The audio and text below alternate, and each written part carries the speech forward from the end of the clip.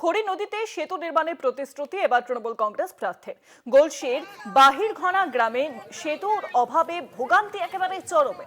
20টি গ্রামের প্রায় 25,000 মানুষ ঝুঁকি নিয়ে প্রত্যেকদিন পারাপার করছেন সেই সেতুর আশ্বাস এবার জাকির হোসেন সহ প্রার্থী অলোক কুমার মাঝে। দেখুন, খড়ি নদীটা যে 16 সালে যখন ছিলাম সেটাও আমার ডিপিআরটি দেওয়া ছিল।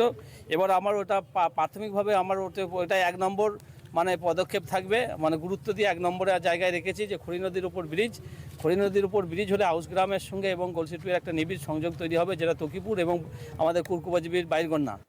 এই গলসি বিধানসভার মধ্যে প্রায় 50টা ব্রিজ হয়েছে। হ্যাঁ, তা উন্নয়ন হয়নি নয়, ব্রিজ হয়নি নয়, ব্রিজ হয়েছে অনেক, এটা এখনও বাকি আছে। এটার একটা বড় অ্যামাউন্টের ব্রিজ হবে এবং সেটা আপনারা দেখতে পাবেন। প্রতিশ্রুতি যখন দিয়েছে এই 2026 সালের পরেই সেটা বাস্তবায়িত হবে। এটা কি সত্যি মানুষের প্রয়োজন আছে? অবশ্যই প্রয়োজন আছে, এটা প্রয়োজন আছে এবং এই প্রয়োজনটাকে নিয়ে বিভিন্ন কারণে হয়তো আটকে গিয়েছিল, কিন্তু এরপরে সেই জট খুলে যাবে, সেই জট খুলে গিয়ে আমরা কাজ শুরু করব।